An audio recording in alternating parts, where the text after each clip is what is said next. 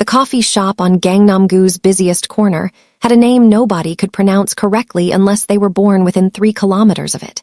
It was the kind of place where the seats cost more than the drinks, where men in tailored suits read newspapers they weren't actually reading, and where the staff had been trained to smile through anything.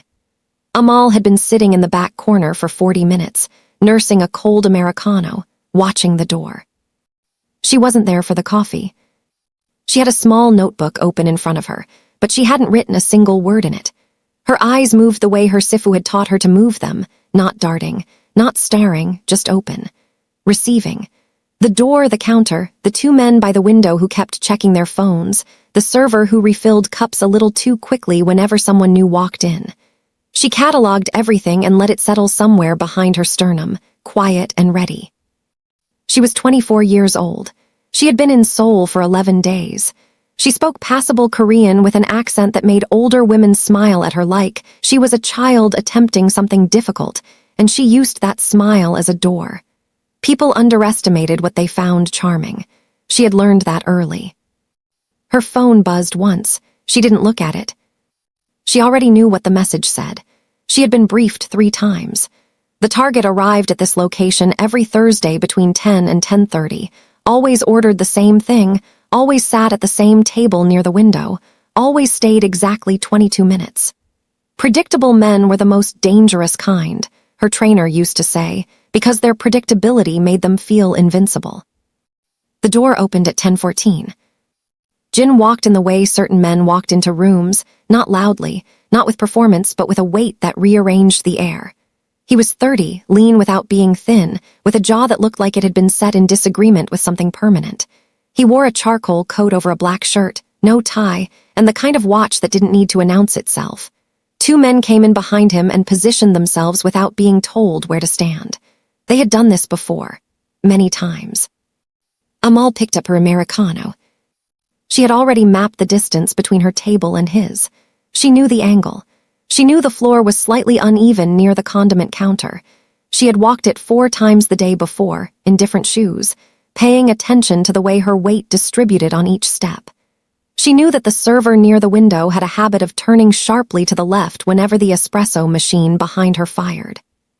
The espresso machine fired. The server turned. Amal stood up. What happened next took less than 3 seconds and looked, to everyone watching, like pure accident. She moved toward the pickup counter, her notebook in one hand and her Americano in the other, and as the server pivoted into her path, Amal's shoulder caught the edge of the tray, her cup tilted, and the cold dark coffee arced cleanly through the air and landed across the front of Jin's charcoal coat in a wide, definitive stain. The room went still. Amal's expression went through shock, then horror, with the kind of speed that only comes from either genuine feeling or very good training. She pressed her hand to her mouth. Her eyes went wide. She started speaking in rushed, stumbling Korean, apologizing, reaching instinctively toward his lapel with a napkin she had pulled from nowhere. And for one long moment Jin simply looked at her, this light brown-skinned woman with the wide eyes and the nervous hands, and something moved behind his face that wasn't quite anger yet. Then it became anger. His hand moved so fast that the sound reached the room before anyone had processed the motion. The slap didn't land on her cheek. It landed on her wrist, hard enough to knock the napkin from her hand and send a bolt of pain up her forearm that she felt in her back teeth. But the force of it spun her slightly, and the way he looked at her afterward, dismissive, flat, like she was furniture he had accidentally bumped, was the part that was meant to hurt. "Don't touch me," he said in Korean, not loudly. He didn't need to be loud. The 2 men behind him had already stepped forward. The server had stepped back. The room held its breath in that particular way rooms hold their breath when everyone has decided simultaneously to become invisible. Amal straightened. She looked at her wrist. She looked at the coffee spreading through his lapel. She looked at him. And for just a fraction of a second, so brief that no one else in the room would have caught it, and Jin himself didn't catch it, something shifted in her eyes. Not anger, not humiliation. Something colder than both of those things and much more focused. "I'm so sorry," she said in Korean, softly, perfectly. Jin adjusted his coat. and turned away from her like a door being closed. His associate pressed a card into her hand as they passed. A dry cleaning bill, probably, the number on it already filled in. And then they were at the window table, sitting down, and the room slowly remembered how to breathe. Amal stood at the counter for another 4 seconds, napkin still on the floor, wrist still throbbing. Then she picked up the napkin, folded it neatly, and sat back down. She opened her notebook. She wrote one word. Confirmed. Her phone buzzed again. This time she looked at it. The message was from a number with no name attached, and it said only, "Did he see your face?" She typed back, "Yes." 3 dots appeared. Then, good, that was the plan. Amal stared at the message for a moment, then set the phone face down on the table. Across the room, Jin was laughing at something his associate had said, completely unbothered, already having filed her away into whatever mental category he kept people like her in. She ordered another Americano. She had 16 minutes before he left. She intended to use every one of them. By the way, if you're enjoying this story, please tell me where you're listening from in the comments section.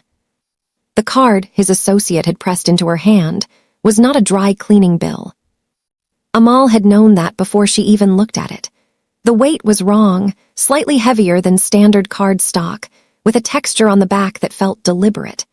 She had palmed it without looking at it, kept her expression soft and embarrassed while the room resettled around her, and waited until she was certain no one was watching before she turned it over under the edge of the table. It was blank on both sides, except for a number embossed in the lower right corner.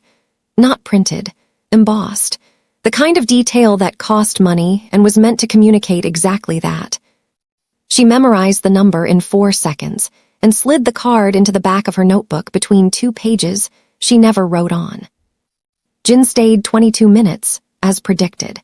He drank his coffee, spoke in low tones with his associate, checked his phone twice, and left without looking in her direction again. His 2 security men followed him out in the same formation they had entered with, and the room exhaled fully for the first time since he had arrived. Amal left 3 minutes after him.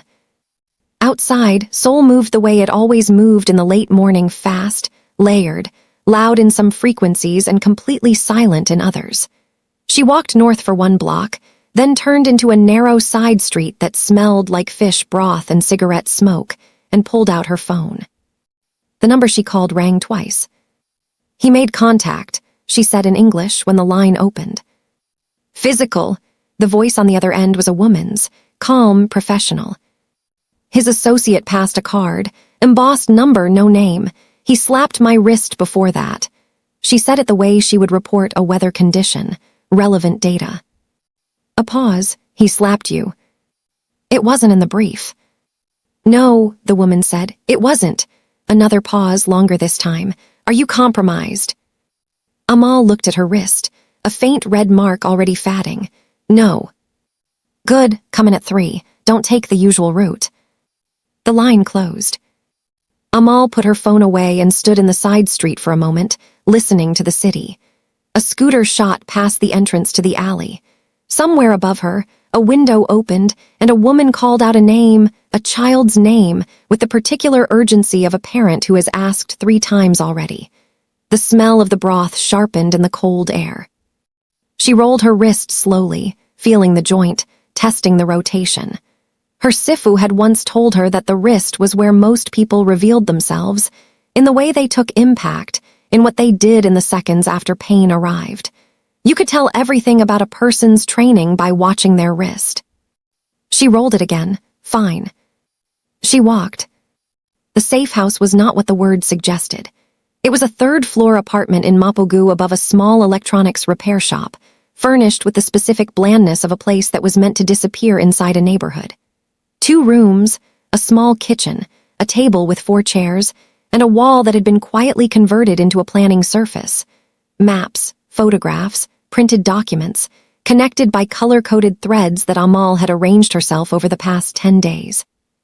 The woman who had answered the phone was already there when Amal arrived.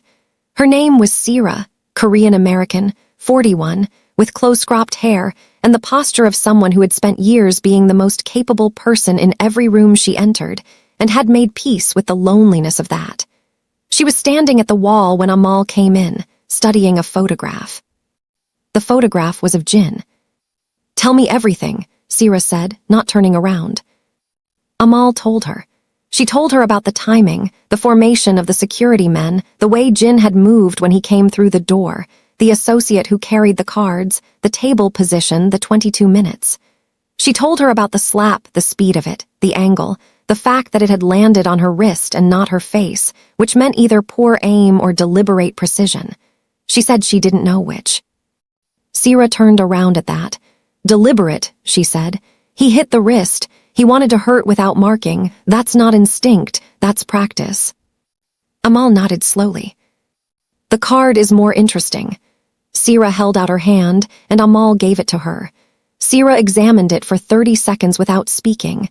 Then she set it on the table between them and sat down. "This isn't a dry cleaning card." "I know. This is an invitation." Amal sat across from her. "To what?" Sira was quiet for a moment. Outside, the electronics shop below them made a faint drilling sound, then stopped. "Jin doesn't give these to people he's dismissed. If he dismissed you, you would have gotten nothing, or his man would have handed you cash." She tapped the card once with one finger. "He gives these to people he wants to see again on his own terms, people who have caught his attention in a way he hasn't categorized yet." Amal was still. "He's curious about you," Sira said. "That's what we wanted." "Yes," Sira looked at her, "but we wanted him curious because of who you appear to be, not because of what just happened." She paused. "There's a difference between a man who wants to know a woman and a man who wants to finish something he started. We need to figure out which one this is before you call that number." Amal looked at the card on the table. The embossed number caught the light at a certain angle, and for a moment it looked less like a number and more like a mark. The kind left on something that had been claimed. "How long do I have?" Amal asked. "These cards have a window. If the number isn't called within 48 hours, it routes to a dead line and the offer is withdrawn." Sira stood up. "You have until tomorrow night." Amal nodded and looked at the wall. At Jin's photograph. At the web of threads that connected him to 12 other names, 4 locations, and 2 open questions that had been sitting unanswered at the center of everything since before she had landed in Seoul. "Sira," she said. You said he wanted to see me again on his terms." She paused.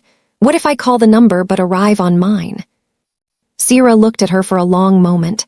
Then something shifted at the corner of her mouth, not quite a smile, but the shape one would take if it decided to exist. "That," she said, "is why I chose you." Amal looked back at the card. She already knew what she was going to do.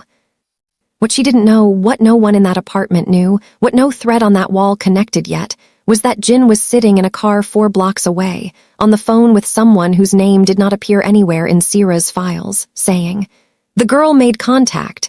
Yes, she's exactly what they described." A pause. "No, she doesn't know we know who she is." He looked out the window, in the direction of nothing in particular. "Let her call the number," he said. "I want to see how she plays it." Amal called the number at 11:17, the following morning. She had spent the night at the safe house, not sleeping so much as resting in the particular way her training had taught her, body horizontal, mind running slow, controlled laps around everything she knew, everything she suspected, and the narrow corridor between the two. By 4 in the morning, she had mapped out 7 different ways the meeting could go. By 6, she had reduced them to 3. By the time the sun came through the thin curtains and the electronics shop below her started its day, she had settled on 1. The phone rang once. "You waited," said a voice. Male, not the associate, someone else. The Korean was precise, clipped at the edges. "I wanted to be sure," she said in Korean. A brief silence, the kind used to measure something. "Tonight, 9 o'clock. I'll send an address at 8:30. The line closed. She set her phone down and looked at Sira, who had spent the night in the chair across the room and looked like she had found it perfectly adequate. "Tonight," Amal said. Sira was already standing. "Then we have work to do." The work took most of the day. They went over the known layout of Jin's primary venues, 3 restaurants, a private club in Itaewon, 2 properties in Gangnam that functioned as meeting spaces. They reviewed his known associates, the hierarchy of his operation, the 2 rival factions currently pressing against the edges of his territory from the south. They talked through exit routes, contingency signals, the 3-word phrase Amal would use in a text message if she needed extraction. At no point did they talk about what Amal was actually there to find. That was the agreement. Amal knew the objective. She didn't discuss it, not even with Sira, because the protocol was clean, and clean meant safe, and safe meant the mission had a chance of surviving contact with Jin's world, which had a way of finding the cracks in things and widening them. At 8:29, her phone displayed an address. It was none of the locations they had reviewed. Sira looked at it over her shoulder and was quiet for 3 full seconds, which for Sira was the equivalent of a sharp intake of breath. "That's residential," she said. "I know. That's not where he takes business." "I know." They looked at each other. "I'm still going," Amal said. Sira pressed her lips together but didn't argue, because she had chosen Amal precisely for the quality that was currently frustrating her. 30-minute check-in from the moment you arrive. If I don't hear from you, I move. Amal was already changing. She dressed carefully. Not for seduction, that would have been the wrong read, and a wrong read tonight could cost her things she couldn't get back. She dressed for ambiguity, which was harder. A dark-fitted top, straight-legged trousers, low boots with a flat sole she could move in without adjustment. She pulled her hair back, added a single, simple earring on each side, and looked at herself in the small bathroom mirror for exactly as long as it took to confirm that the woman looking back at her could be anyone Jin needed her to be, until she decided otherwise. The address was a building in Yongsan-gu, glass and steel, the kind that had a lobby attendant who didn't ask questions because the residents paid specifically for that. A car was waiting outside when she arrived, not a driver holding a sign, just a car, engine running, window down, the associate from the coffee shop behind the wheel. He didn't speak. She got in. They drove for 6 minutes, which meant they weren't going far or they were circling, and from the way the streets moved past her window, she understood it was both. The building had been a waypoint, not the destination. A check, probably.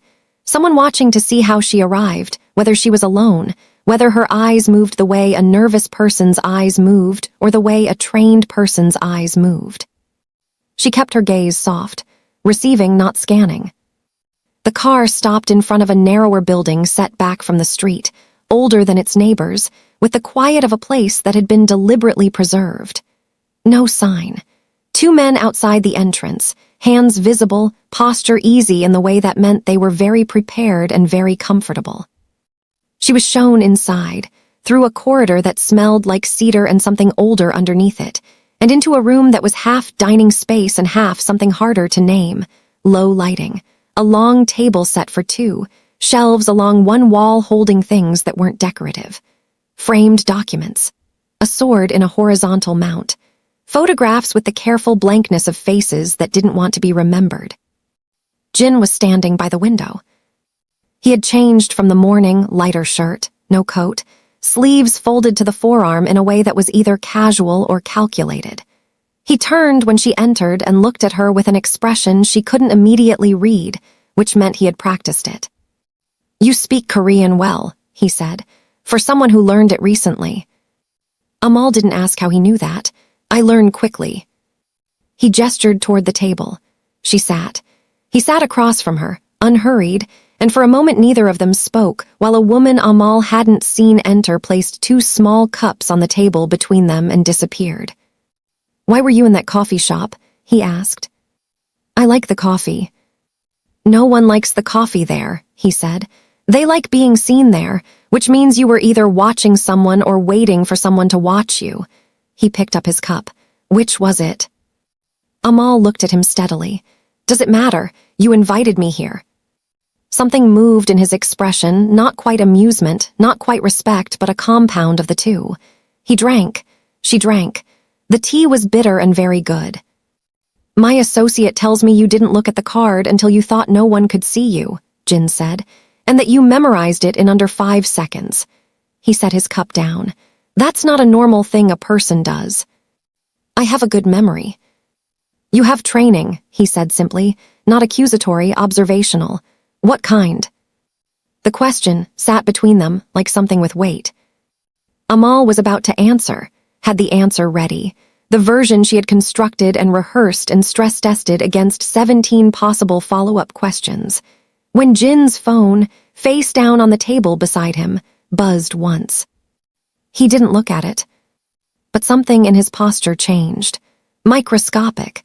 The kind of change you only caught if you had spent years learning to read bodies the way other people read text. Amal caught it. And in the same moment that she understood something had just shifted in the room, she heard a sound from the corridor behind her. Not loud, not alarming, just a single footstep placed with the specific deliberateness of someone who wanted to be heard. She turned. The doorway was empty. She turned back. Jin was watching her with an expression she could now read perfectly, because she had seen it before on other faces in other rooms. The expression of a man who has just confirmed something he already believed. You heard that, he said. It wasn't a question. There's no one in that hallway, she said carefully. No, he agreed. There isn't. He leaned forward slightly.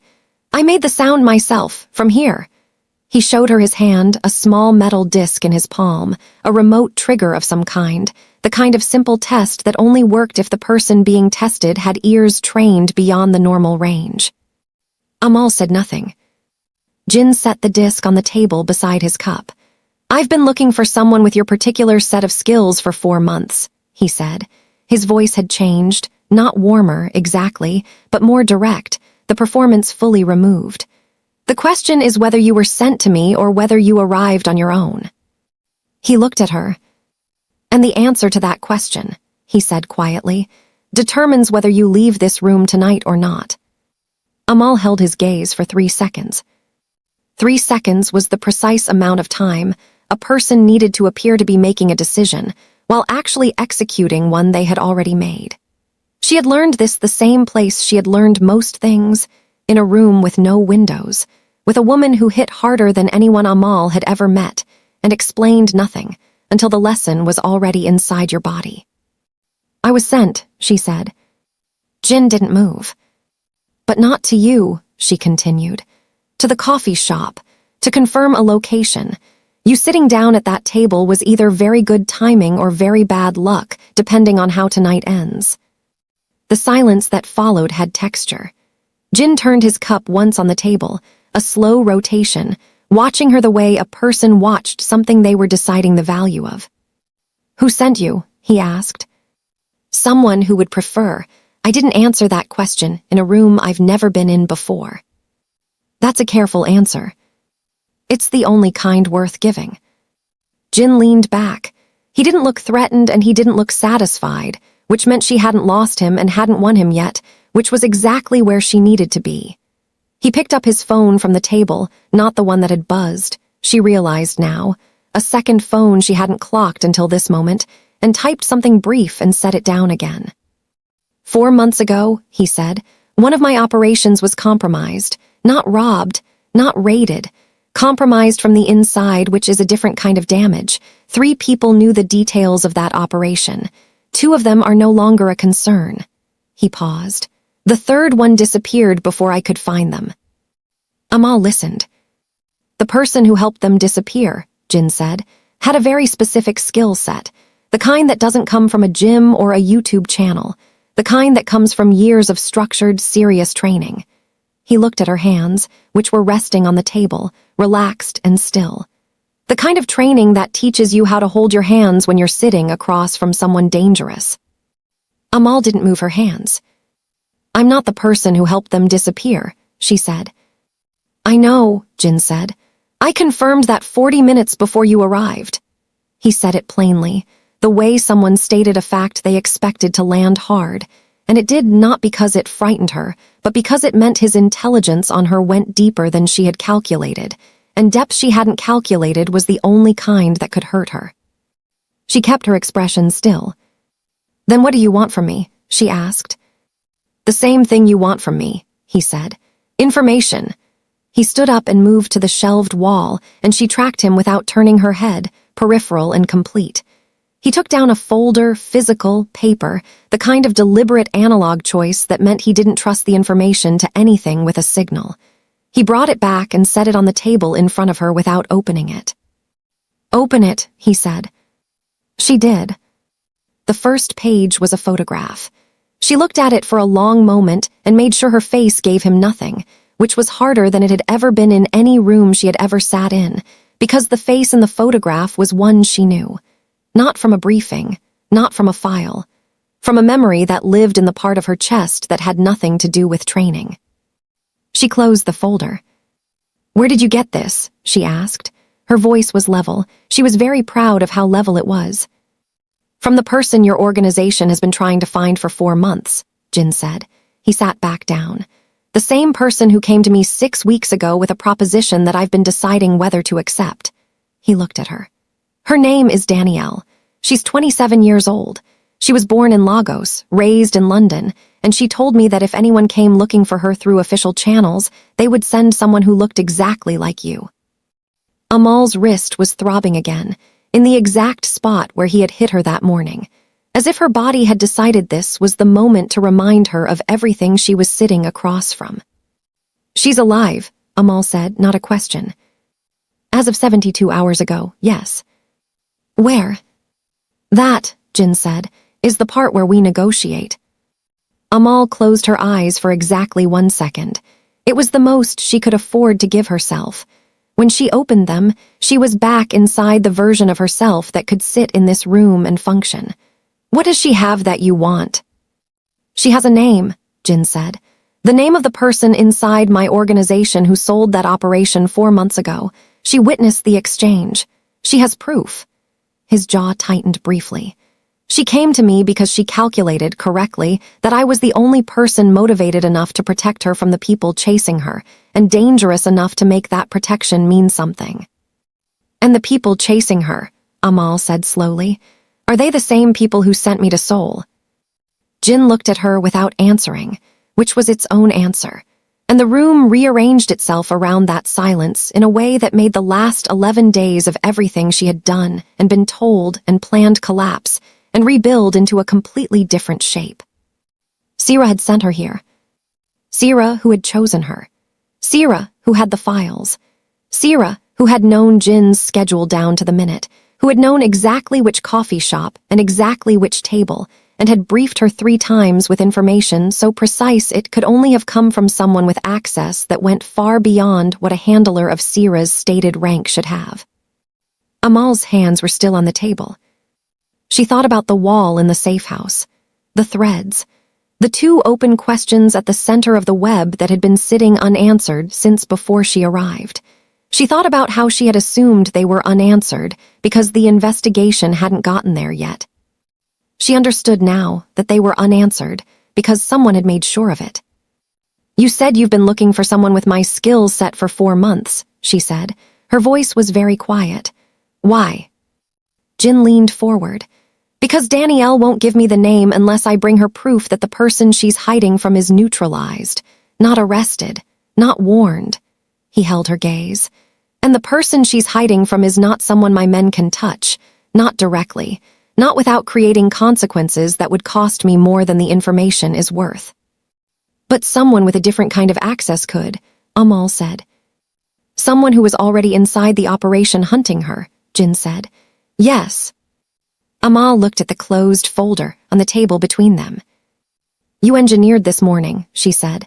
"The coffee shop, the card." "I accelerated it," he said. "You were already coming to me. I just made sure I saw you first." The admission sat between them. And what struck her about it was not the manipulation. She had been manipulated by better than Jin and likely would be again, but the precision of it, the patience, the fact that he had waited and watched and chosen his moment with the kind of discipline she recognized because she had been trained in it herself. She looked at him. He looked at her. Outside the building, Seoul continued its indifferent roar. Inside, in this cedar-smelling room with its mounted sword and its careful photographs, Two people who had both been operating under false information about the other sat at a table and arrived simultaneously at the same ledge. "If I do this," she said, "Danielle comes home safe, non-negotiable." "Agreed." "And everything you have on my organization," she said. "The surveillance, the files, whatever your intelligence apparatus has built, it goes dark. Permanently." Jin considered this for a moment. "Agreed," he said again, "on one condition." She waited. "The name Danielle gives me," he said. "Before you act on anything, I hear it first." Amal understood why. If the name was someone inside Jin's organization, he needed to manage the fallout himself, in his own way, or the information became a grenade with no one holding the pin. It was a reasonable condition. It was also the most dangerous thing she could agree to, because it meant that for at least one moment in this operation, Jin would know something she didn't. She extended her hand across the table. He looked at it for a moment, the same wrist he had struck that morning, the faint mark still faintly visible, and then he took it. The handshake was brief and firm. And in the half-second before she released his hand, Amal felt something she had not been briefed for and could not reduce to data or strategy or any of the clean categories her training had given her. A certainty, sudden and unwelcome, that the name Danielle was going to give Jin was a name Amal already knew. She just didn't know yet how badly it was going to break everything. She sent Sira the check-in text at exactly 30 minutes. 3 words, as agreed, all is well. She typed them in the back of the car on the way out of Yongsangu, watching the city move past the window, and felt the particular discomfort of a person who has just told a precise, technical truth that is also a complete lie. All was well. Nothing was well. Everything she had understood about this mission 48 hours ago had been quietly taken apart and reassembled into something she didn't yet have a name for. Sira replied in under a minute, "Good, come in." Amal typed back, "Tomorrow, I need to think." A pause longer than usual. Then, "Don't take risks you haven't cleared." Amal put the phone in her pocket and looked out the window and said nothing to it. She didn't go back to the safe house. She walked instead, for nearly an hour, through streets that had no particular significance except that they were not any place Sira knew to look for her. She bought a paper cup of tteokbokki from a cart near a pedestrian bridge and ate it standing over the water, watching the Han River hold the city's light in long, broken lines across its surface. She thought about Danielle. They had trained together for 8 months, 3 years ago, in a facility outside Nairobi that officially didn't exist and practically felt like the inside of someone's very disciplined nightmare. Danielle was faster than Amal and knew it, which made her occasionally reckless, but her instincts were extraordinary, the kind you couldn't teach, only recognize and sharpen. They had pushed each other through things that had no comfortable names, and on the other side of those things, they had become the kind of close that didn't require maintenance, the kind that simply existed and waited. When Danielle had been listed as missing 4 months ago, Amal had been the one to flag it. She had gone to Sira. She had asked to be assigned. She had believed, completely, that Sira wanted Danielle found. She turned that belief over now in the cold air above the river and examined it from every side. And what she found underneath it was not evidence, but its absence. The specific absence of any moment in 4 months where Sira had done anything that actually moved them closer to Danielle's location. Every lead routed through Sira. Every file filtered through Sira. Every decision about where to look and when and with what resources, Sira. And now Jin, who had found Danielle 6 weeks ago, was telling her that the person Danielle was hiding from had sent Amal to Seoul. She dropped the empty cup in a bin and walked back into the city.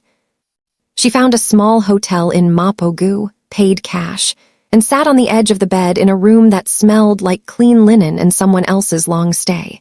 And she opened her notebook to the pages she never wrote on and looked at the embossed card still tucked between them.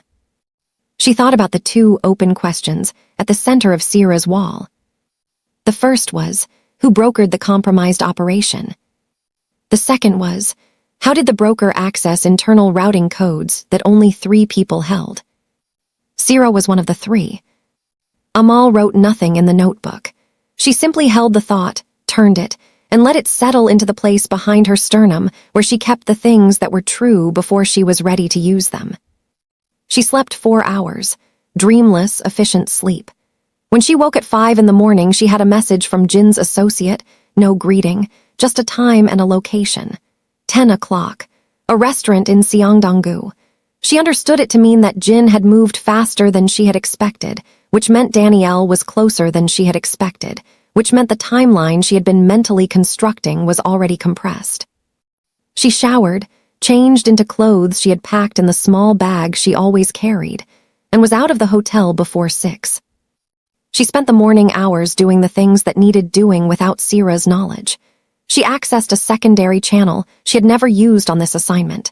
One Sira didn't know existed, because Amal had built it herself 3 years ago as a private line, the kind of contingency you created not because you planned to need it, but because you were the kind of person who understood that plans were documents and reality was not.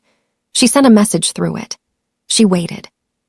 The reply came in 11 minutes, which meant the person on the other end was already awake and already concerned, which meant she wasn't the only one whose picture of this mission had recently changed shape. The reply said, "We know about Sira. We've known for 6 weeks. We needed someone inside who didn't know because Sira's surveillance of her own people is extensive." A pause between messages, then. "You were the asset, Amal, not the investigator. We needed Sira to send you because we needed Sira to believe the mission was proceeding normally. We're sorry." Amal read it twice. Then she put her phone in her pocket and stood on the street outside the hotel and breathed the cold morning air and gave herself 30 seconds of pure, clean anger. The kind she rarely allowed because it was expensive, and she couldn't afford the cost on active work. She let it move through her completely, felt it in her hands and her jaw and the back of her neck, and then she let it go the way her Sifu had taught her to release force that had no useful direction. 30 seconds, then she walked. The restaurant in Seongdong-gu was small, family-run, the kind of place that opened early and smelled like the day's first broth already deep and certain in the air. Jin was already there, at a table in the back, and he was not alone. Danielle looked up when Amal walked through the door, and the expression on her face moved through 3 things in rapid sequence: relief, guilt, and something that had been waiting a long time to become an apology. Amal sat down. For a moment, nobody spoke. "You look terrible," Amal said in English. Danielle laughed, short and real. "You look exactly the same." She paused. "I knew they'd send you." "I know you knew." Danielle's expression tightened. She wrapped both hands around her tea and looked at the table. "I couldn't contact you directly. She monitors everything that—" "I know," Amal said. "I figured it out." Jin was watching them both with the careful attention of a man triangulating something complex, filing every word and every silence in whatever architecture he used to understand people. "The name," Amal said to Danielle, not harshly, but directly. Danielle looked up. "You already know it." "Say it." Danielle held her gaze across the table and said, quietly and without hesitation, the name that Amal had known since 5 in the morning was coming, the name that had been sitting at the center of the web this whole time, the name she had hoped against the evidence to be wrong about. "Sira." Jin went very still. Amal kept her eyes on Danielle. "The proof you have, what form?" "A recording," Danielle said, "and a transfer ledger, 11 transactions over 18 months routed through 4 different shells." She paused. "It's enough to end her, legally, professionally, every way." "Where is it?" "Somewhere she can't reach it." Danielle glanced at Jin briefly. "I told him the same thing I'm telling you. The proof transfers to both of you simultaneously when I'm safely out of the country, not before." Amal nodded slowly. Jin leaned forward. "There's a problem," he said. His voice had dropped, and the quality of it made both women look at him. "I received a message 20 minutes ago. Sira knows Danielle is in Seoul." He paused. "She's already here." The restaurant, small and warm and smelling of broth, suddenly felt very exposed. "How close?" Amal asked. Jin looked at his phone. His expression answered before his mouth did. "Outside, at the far end of the street. A black car had been sitting motionless for the last 4 minutes with its engine running, and the figure behind the wheel was watching the restaurant entrance with the focused patience of someone who had been doing this a very long time and had no intention of leaving without what she came for. Amal's hand moved under the table. "How many did she bring?" she asked. Jin looked up from his phone. "4, he said, "that we can see." Danielle's grip on her tea tightened until her knuckles changed color. Amal looked at the restaurant's back wall, then at the kitchen door, then at Jin. "Tell me this building has another exit," she said. Jin's jaw tightened. And the front door opened. The woman who walked through the door was not Sira. It was one of hers, young, male, the kind of build that came from a specific program, wearing a jacket one size too large in a way that answered the question of what was underneath it. He didn't look at Jin. He didn't look at Danielle. He looked at Amal with the flat recognition of someone working from a photograph, and in the half-second that his eyes confirmed what his briefing had told him, Amal was already moving. She came out of the chair low and fast, closing the distance between them before he had finished processing her trajectory, and what happened next took 4 seconds and generated exactly one sound. A single sharp crack that came from his wrist, not hers, as she redirected the reach he had barely started and used his own forward momentum to put him sideways into the wall beside the door with enough controlled force to end his participation in the morning completely. He went down. The restaurant's 2 other patrons, an elderly man with a newspaper and a woman eating alone near the window, had already made themselves small in the particular way civilians made themselves small when something real entered a room. Jin was on his feet. His hand was inside his jacket. "Not yet," Amal said without looking at him. She was watching the door. "There are 3 more outside," Jin said. "I know." She pulled the elderly man's table away from the window with one hand, creating a line she could read the street through without being read in return. The black car was still there. A second figure had stepped out and was standing beside it, phone to his ear, which meant the one inside had reported and they were coordinating. She had maybe 90 seconds before they decided waiting was finished. "Kitchen," she said. Jin moved first, which surprised her. She had expected him to argue or redirect, the behavior of men who found it difficult to follow in spaces they owned. He didn't. He went through the kitchen door fast and clean, and she understood in that moment that whatever Jin was, he had not built what he built by being precious about who led when leading mattered. Danielle was right behind him. Amal came last, pulling the kitchen door shut and jamming a prep stool under the handle in one motion. The kitchen was narrow and bright and smelled overwhelmingly of garlic and hot metal, and the cook, a small, older woman who had clearly survived enough to have calibrated her alarm response, had already moved herself to the far corner and was watching them with eyes that were frightened but not paralyzed. Jin spoke to her in rapid Korean. Amal caught enough of it to understand he was telling her to stay down and that she would be compensated, and the woman nodded once with the dignity of someone accepting terms.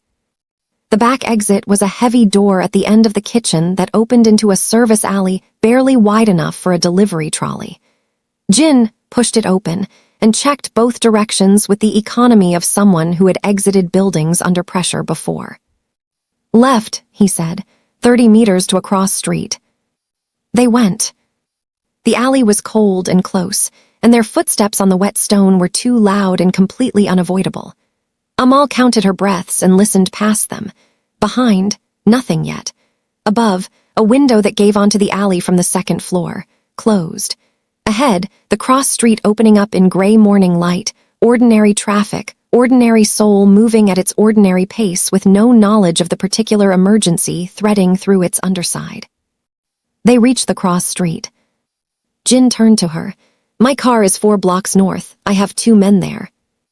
"Sira knows your vehicles," Amal said. "She's been inside your operation. She knows your plates, your routes, your men's faces." Jin absorbed this without visible reaction, which told her he had already considered it. "Then, we move on foot until I can get clean transport." "I need 10 minutes first," Amal said. He looked at her. "Danielle transfers the proof now," Amal said. Not when she's out of the country. Now, from here. She looked at Danielle. You said simultaneously to both of us. I need my copy before we take another step, because if Sierra reaches me before we reach her, everything Danielle has disappears into whatever protocol Sierra has in place to clean up after herself. Danielle searched her face for a moment. Then she pulled a phone from inside her jacket, not her primary phone, a separate one, older, with the specific worn look of something that had been handled constantly for months. And she opened an application Amal didn't recognize and navigated to something that required 2 passwords entered in sequence and a fingerprint. She held it out to Jin first. He took it, entered an address, handed it back. She held it out to Amal. Amal looked at it. Send it to the secondary channel, same one I used this morning. Danielle's eyes widened slightly. She knew what the secondary channel was, because she had known about it since Nairobi, because Amal had told her about it one night after a training session that had left them both too tired to maintain the habit of secrecy. She typed quickly, and Amal's phone vibrated in her pocket in 3 successive pulses. Done, Danielle said. Amal pulled out her phone and forwarded everything, the recording, the ledger, all 11 transactions, to the contact who had messaged her at 5 in the morning. She added 4 words, complete, move on Sierra. She put the phone away. From somewhere behind them, back in the direction of the restaurant, came the sound of the kitchen door being forced. Move, Jin said. They moved. The next 20 minutes were the kind that compressed and expanded simultaneously, long enough to contain 3 route changes. One moment where Danielle's ankle turned on a curb, and Jin caught her arm without breaking stride. One parked car that matched a description Amal had been carrying in her memory since the safe house, and that she steered them away from without explaining why. And one phone call Jin, made in a language Amal didn't speak, that resulted in a gray van appearing at the entrance to an underground car park in Siangdonggu 7 minutes later. They got in. The van smelled like motor oil and takeout containers, and the man driving it had the face of someone who asked nothing and expected the same courtesy. Jin gave him an address in a low voice, and they pulled out into traffic, and for the first time since the restaurant Amal felt the particular quality of a space that was, at least temporarily, unknown to the people looking for them. Danielle sat between them in the back, her worn phone in her lap, and her breathing was the first thing that had slowed since they left the table. She'll run, Danielle said, not a question. She has nowhere clean to run to, Amal said. The ledger connects her to accounts in 4 jurisdictions. The recording puts her in the room. My contact has both now and he moves fast. She paused. She's already done. Danielle nodded slowly. She looked at her hands. I'm sorry I couldn't tell you sooner. You kept yourself alive, Amal said. That's what I needed you to do. Jin was looking out the window with the expression of a man processing something he hadn't finished processing yet. After a long moment he said, The name she gave me, the proof. He paused. It implicates someone inside my organization as Sierra's contact, someone who has been sitting at my table for 2 years. Amal looked at him. I know who it is, he said quietly. The proof confirms what I suspected but couldn't verify. His jaw tightened once. I'll handle it. She believed him. She didn't ask what handling it meant, because that was his world and she was only passing through the edge of it, and some doors were better left as walls. The van stopped at a building in a district Amal didn't know well, and Jin stepped out first and spoke briefly with someone at the entrance. And when he came back, he told Danielle that there was a room inside, a phone with a clean line, and someone who could arrange travel documents within 6 hours. Danielle got out. At the door, she turned back and looked at Amal through the van's open side. Come with me, she said. When this is done, come home. Amal looked at her for a moment. Soon, she said. Danielle held her gaze for one more second, then nodded and went inside. Jin stood at the van's door. He looked at Amal, and she looked at him, and between them was the strange residue of everything the last 20 hours had deposited. The coffee shop, the cedar room, the table set for 2, the handshake over her bruised wrist, and all the versions of each other they had arrived with and quietly abandoned somewhere along the way. "You're good at this," he said. "So are you," she said. He almost smiled, not quite. "When your contact moves on Sierra," he said, "there will be noise. My name will surface in the investigation, the ledger." "I know," she said. "I flagged your cooperation. It carries weight with the people who matter." He looked at her for a long moment. "And if it doesn't?" She held his gaze. "Then you have my number." He stepped back from the door. The driver pulled it shut. The van moved into traffic, and Amal sat in the gray interior with the smell of motor oil and the vibration of the city under the wheels and her phone in her hand. And she looked at the screen and saw that her contact had sent one message since she had forwarded the files. It said, "Sierra detained 20 minutes ago at Incheon. She was at the departures gate." Amal read it twice. Then she put her phone in her pocket and looked at the ceiling of the van and let out a slow, long breath that carried most of the last 11 days with it. It was over. Except that it wasn't. Because 3 seconds later her phone buzzed again, and the message was not from her contact. It was from a number she had never seen before, and it contained no words at all, only a photograph. The photograph was of Amal.